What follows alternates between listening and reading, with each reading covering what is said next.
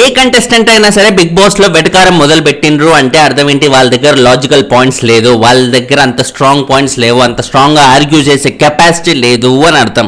ఇక్కడ సోనియా ఇప్పుడు ప్రస్తుతానికి చేసేది అదే అనమాట. సోనియా ఫస్ట్ వీక్ లో ఫెంటాస్టిక్ కంటెస్టెంట్, చాలా బాగా ఆర్గ్యూ చేయగలదు, చాలా బాగా స్ట్రాంగ్ ఉండగలదు, సోనియా రమ్మజాకా అనే రేంజ్ లో ఉన్న కంటెస్టెంట్ ఇప్పుడు వెటకారాలు మొదలు పెట్టింది. ఆదిత్య గారి మీద, ఆవిడ కంటే ఎంతో వయసులో పెద్ద ఆయన ఆదిత్య గారి మీద, లేకపోతే అఫ్ కోర్స్ నబీల్ కూడా, నబీల్ ఏజ్ పరంగా లేకున్నా కూడా డెఫినెట్లీ ఒక సాటి కంటెస్టెంటే కదా. సో వీళ్ళిద్దరి మీద ఈవిడ వెటకారాలు మొదలు పెట్టిందన్నమాట. ఫస్ట్ ఏమో ఆదిత్య, ఇప్పుడు మీ మీద నాకు మిమ్మల్ని నామినేట్ చేయడానికి పెద్దగా పాయింట్స్ అయితే లేవు, ఎందుకంటే పెద్దగా పర్ఫార్మెన్స్ కూడా లేదు కదా హౌస్లో అని అంట. నువ్వు ఇదే పాయింట్ని ఎలా చెప్పొచ్చు? ఆడియన్స్ యాక్సెప్ట్ చేసే విధంగానే ఎందుకు చెప్పాలంటే ఓట్లు వేసేది వాళ్ళే కాబట్టి, వాళ్ళు ఓట్లు వేస్తేనే ఈవిడ హౌస్లో ఉంటున్నారు కాబట్టి. సో ఆవిడ ఆడియన్స్ ఇంప్రెస్ చేసే విధంగా ఎలా ఉండాలి? మీరు ఎక్కువగా కనబడట్లేదు, మీరు పెద్దగా పర్ఫార్మెన్స్ లేనట్టుంది, సో ముందు నుంచి చూసుకుంటే కూడా ఎక్కడ యాక్టివ్ లేరు టాస్కుల్లో కానీ ఇంకెక్కడ కానీ, అందుకే మిమ్మల్ని నామినేట్ చేస్తున్నా. దిస్ ఈస్ ఎ వ్యాలిడ్, నీట్గా ఉండగలిగే, అందరూ యాక్సెప్ట్ చేసే పాయింట్ అవుతుంది. అంతేగాని మిమ్మల్ని నామినేట్ చేయడానికి పెద్ద పాయింట్స్ లేవు, ఎందుకంటే మీరు పెద్ద పర్ఫార్మెన్స్ కూడా ఏం చేయలేదు కదా అంటే, ఆబ్వియస్లీ అక్కడ ఆదిత్య పర్ఫార్మెన్స్ లేదు కాబట్టి ఆడియన్స్ ఎలిమినేట్ చేసే కంటే ఆదిత్య మీద ఒక కైండ్ ఆఫ్ సింపతి పెరిగేలా, ఆ సింపతి అనేది ఎక్కడి నుంచి వస్తుంది? సోనియా మీద కోపంతో ఆదిత్య గారి మీద సింపతిగా కన్వర్ట్ అవుతుంది. ఆవిడ మీద ఉన్న కోపం ఆడియన్స్ ఆదిత్య మీదకి సింపతి లాగా వర్కౌట్ అవుతుంది. సో ఆ ఆదిత్య గారికి వర్కౌట్ అయ్యే విధంగానే ఆవిడ చేసింది అన్నట్టు, ఒక రకంగా చెప్పాలంటే ఆదిత్యకి హెల్ప్ చేయడానికే ఈ నామినేషన్ చేసిన స్టైల్ అనేది ఉందన్నట్టుగా మనం చెప్పుకోవచ్చు అనమాట. ఇంకోటి నబీల్ని కూడా అడ్రస్ చేస్తూ ఓకే మిస్టర్ ఫెయిల్డ్ సంచాలక్ అన్నట్టుగా అయితే అంటున్నాను అనమాట. నార్మల్గా పిలవలేరా?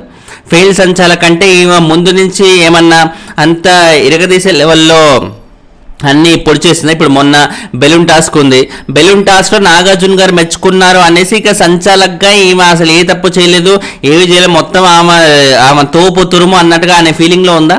ఆమె సంచాలక్ చేసేటప్పుడు ఎంతమంది బయట నుంచి అరవలేదు, యష్మి కానీ ప్రేరణ కానీ వాళ్ళందరూ నువ్వు అది రాంగ్ ఇది రాంగ్, నువ్వు తోసేది ఓన్లీ ఆరెంజ్ వే వాళ్ళ టీం వాళ్ళవే తోస్తున్నావు, పక్కన వాళ్ళు తొయ్యట్లేవంటూ ఇలా ఎన్నిసార్లు అరిచారు. సమాలక్ష రకాలుగా వాళ్ళు ఎన్ని కంప్లైంట్స్ చెప్పారు. అవన్నీ కంప్లైంట్స్ చెప్పడానికి వాళ్ళకి ఏమైనా పిచ్చా? నిజంగా నువ్వు ఆ తప్పు చేసావు కాబట్టి సంచాలక్గా నువ్వు తప్పు చేసావు. అండ్ ఒక్క టాస్కులు సరిగ్గా అల్లవు. ఇప్పుడు నబీలు సంచాలక్గా ఫెయిల్డ్ అయినేమో, నువ్వు టాస్కులు ఏమైనా బీభత్సంగా ఆడిన క్యాండిడేట్, అబ్బా సోనియారా ఏం ఆడిందిరా ఈ టాస్క్ అనిపించేలా ఫిజికల్ టాస్కులు ఆడిన సందర్భాలు ఏదన్నా ఒకటి చెప్పు. ఏదన్నా అబ్బా సోనియా ఇందులో అయితే బెస్ట్ అన్నట్టుగా ఏదన్నా చెప్పు. నో డౌట్ ఇప్పుడు ఆర్గ్యుమెంట్స్ పరంగా చూసుకుంటే ఫస్ట్ వీక్లో సోనియాలో అసలు భలే ఆర్గ్యూ చేసింది, చాలా లాజికల్గా ఆర్గ్యూ చేసింది, అది ఇది అన్నట్టుగా అనుకున్నా. ఫస్ట్ వీక్తో కథం అదంతే. సెకండ్ వీక్ ఏం లేదు, ఇప్పుడు థర్డ్ వీక్ అవేమీ లేక ఇప్పుడు సెకండ్ వీక్ అట్లీస్ట్ సైలెంట్గా ఉంది, థర్డ్ వీక్ సైలెంట్గా ఉండడం చేత కాక ఇప్పుడు ఏదో ఒకటి ఇన్వాల్వ్ అవ్వాలి కాబట్టి వెటకారాలు మొదలు పెట్టింది అనమాట. వెటకారాలు చేస్తే ఏమవుతుంది? సీదా తీసుకెళ్ళి అన్నపూర్ణ స్టూడియోస్ గేట్ బయట నిలబెడతారు కంటెస్టెంట్స్ అంటున్న ఆడియన్స్. దానికి తోడు ఈవిడికేం పెద్ద బీభత్సమైన ఓటింగ్ ఉన్న కంటెస్టెంట్ కాదు, పెద్ద స్టార్ కంటెస్టెంట్ కాదు, ప్రీ ఎగ్జిస్టింగ్ ఓటింగ్ ఉన్నామా కాదు, ఏమీ కాదు. అయినా కానీ ఓవర్ కాన్ఫిడెన్స్ అనమాట. నా వెనకాల నిఖిల్ ఉండు రాబాయ్ నాకేంటి, నా వెనకాల పృథ్వీ ఉండు నాకేంటి, వాళ్ళని ఇట్లా జూ అని ఉసిగొలిపితే చాలు నాకు మొత్తం ఇట్లా సెక్యూరిటీ గార్డ్స్ లాగా బాడీ గార్డ్స్ లాగా పనిచేస్తారు అనే ఒక కైండ్ ఆఫ్ హెడ్ వెయిట్ నుంచి పుట్టిన యాటిట్యూడ్ అనమాట ఇప్పుడు సోనియా ఏదైతే ప్రదర్శిస్తుందో ఆదిత్య అండ్ నబీల్ మీద. అండ్ తర్వాత ప్రేరణ నైనికాని నామినేట్ చేస్తూ నీ గేమ్ అసలు నాకు కనిపించలేదు అంటే, నా గేమ్ కనిపించకపోవడం ఏంటి, సాక్షాత్ మీ చీఫ్నే ఓడించిన నేను అన్నట్టుగా, మీ చీఫ్కే చాలా టఫ్ కాంపిటీషన్ నేను ఇచ్చిన అన్నట్టుగా అయితే చెప్తున్నారన్నమాట. సో బేసిక్గా ప్రేరణ ఉద్దేశంలో నైనిక గేమ్ కనబడలేదు అంటే ఓన్లీ టాస్కులు అక్కడిక్కడ అని కాదు, ఆమె ప్రాపర్గా ఇంటరాక్ట్ అవ్వడం కానీ లేకపోతే తన వాయిస్ వినిపించాల్సిన టైంలో వినిపించకపోవడం కానీ, నామినేషన్స్లో ఫెంటాస్టిక్ పాయింట్స్ చేసే ఆర్గ్యుమెంట్లో పెట్టడం కానీ, ఇలాంటి చాలా ఫ్యాక్టర్స్ అనేవి ఉంటాయి. సో ప్రేరణ ఆ ఉద్దేశంలో చెప్తే, నైనికకేమో నేను టాస్క్లు బాగా ఆడుతున్నా కదా, మీ చీఫ్కి టఫ్ కాంపిటీషన్ ఇచ్చా కదా అన్నట్టుకైతే అంటుంది. టాస్క్లు ఒకటే కాదు, చాలా చాలా ఉంటాయి. సో అదే అడుగుతుంది కదా, అంటే ఇప్పుడు ఏంటి నన్ను గొడవలు పడమంటావా అన్నట్టుకైతే అంటుంది. గొడవలు పడాలి, మరి గొడవలు పడుతూ లాజికల్గా ఆర్గ్యూ చేయాలి. ఏం చేసినా సరే స్ట్రాంగ్గా ఉండగలగాలి, అప్పుడు బిగ్ బాస్ కంటెస్టెంట్ అవుతారు. ఓన్లీ టాస్క్లు ఆడేటట్టు అయితే బిగ్ బాస్కి రావాల్సిన అవసరం లేదు. ఏ ప్లే గ్రౌండ్కో, ఇంటి పక్కన ఉన్న ప్లే గ్రౌండ్కో, లేకపోతే ఏ క్రికెట్ స్టేడియంకో వెళ్తే అయిపోతుంది. Task is only a part of Bigg Boss, not everything about Bigg Boss. అది అండ్ తర్వాత మణికంఠ పృథ్వీని నామినేట్ చేస్తూ ఏంటంటే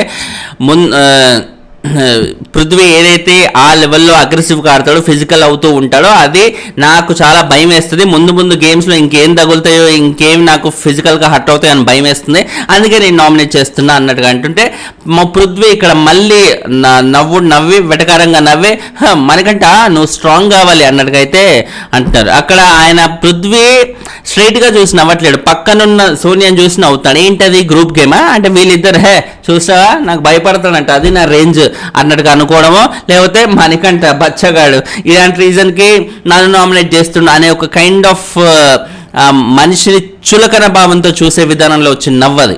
సో అది చూస్తుంటే ఇరిటేటింగ్గా ఉంటుంది ఎవరికైనా సరే. పృథ్వీ అది తెలుసుకోవాలి. ఆయన లిటరల్గా బ్లైండ్గా ఆడతాడంటే, నేను కోపంగా అగ్రెసివ్గా ఉంటే అవతల పోసేసుకుంటారు, కాబట్టి నేను ఇలాగే ఉంటా, ఇలాగే చేస్తా, నన్ను ఎవరేం చేయలేరు, ఉంటా పోతా అన్నట్టుగా అనే ఫీలింగ్తో ఉన్నాడన్నమాట. దానివల్ల ఆయన ఎంత ఇమేజ్ డ్యామేజ్ అవుతుంది, ఆయన గేమ్ ఎంత డిస్టర్బ్ అవుతుంది అనేది ఆలోచించుకోవట్లేడు. అండ్ తర్వాత విష్ణు ప్రేరణని నామినేట్ చేస్తూ ఏదైతే మొన్న వీళ్ళిద్దరికి ఆ రచ్చరచ్చ అయిందో టాస్క్ టైంలో, ఆ విషయం ప్రస్తావించకుండా వేరేదేదో ఏదైతే ఇప్పుడు నీకు జరిగిన దాని మీద, ఇప్పుడు పృథ్వీ నిన్ను టాస్క్ జరిగే టైంలో గట్టిగా ఒక మాట అన్నప్పుడు, ఏదో ఎఫర్ట్ ఏదో అన్నప్పుడు దాని గురించి నువ్వేం స్టాండ్ తీసుకోలేదు, నీ గురించి నువ్వు ఇట్లా డిఫెండ్ చేసుకుంటూ ఉండలేదు, లైట్ తీసుకున్నావు అన్నట్టుగైతే అంటుందన్నమాట. నిజానికి అది చాలా ప్రేరణ అవతలోళ్ళు అన్న కంటెక్స్ట్ ఏంటి అని ఆ కంటెక్స్ట్ నుంచి ఆలోచించగలిగి అలా అర్థం చేసుకోగలిగింది ప్రేరణ. ఇప్పుడు మనోడికి ఏది పృథ్వీకి బేసిక్గా కోపం వచ్చిన దాంట్లో మామూలుగా వాట్ ద ఫక్ అనేది, వాట్ ద ఎఫ్ అనేది కామన్గా వచ్చే పదం ఒక అగ్రెషన్లో అలవాటు ఉన్న వాళ్ళకి.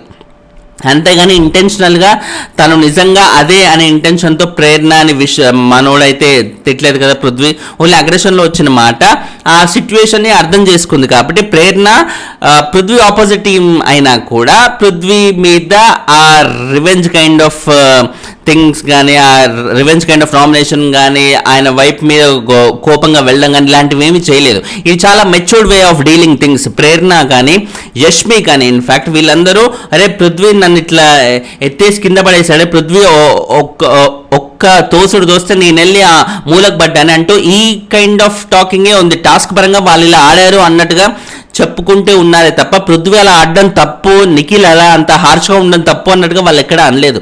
ఇది very very matured way of thinking అని చెప్పాలి, matured way of dealing things, dealing tasks in Bigg Boss. అదేదైనా కావచ్చు, matured way of thinking process అని నాకు అనిపించింది ప్రేరణ. సో ఈ టాపిక్లో విష్ణు ప్రేరణ నామినేట్ చేయడం మాత్రం definitely it's a mega disaster అని చెప్పాలి.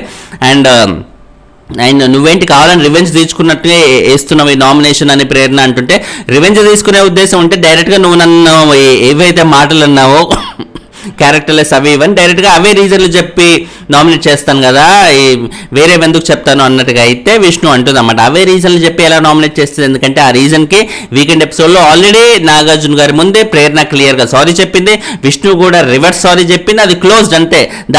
ఆ రీజన్ తీసుకొచ్చి మళ్ళీ విష్ణు నామినేట్ చేస్తే విష్ణువే బక్రా అవుతుంది. అలా బక్రా అవడం ఇష్టం లేక ఇంకోటి ఏదో కారణం చెప్పి ఆమె విష్ణు దృష్టిలో ప్రేరణ ఎట్లయినా నామినేషన్స్లోకి దింపాలి అన్నప్పుడు ఆ క్యారెక్టర్లెస్ పదం అనేది ఆల్రెడీ సారీ వల్ల క్లోజ్ అయిపోయింది. కాబట్టి ఆ రీజన్ తీసుకుంటే నేను మళ్ళీ ఎదవనవుతాను అనే ఉద్దేశంతో, అది కాకుండా వేరేదేదో తీసుకొచ్చి అయితే అంటుందన్నమాట. సో ఆమెని ఎవరో ఏదో తిడితే దాని గురించి ఈమె డిఫెండ్ చేసుకోలేదు, స్ట్రాంగ్గా ఉండలేదు అని ఈమె నామినేట్ చేయడం ఏంటి, అదేంటది?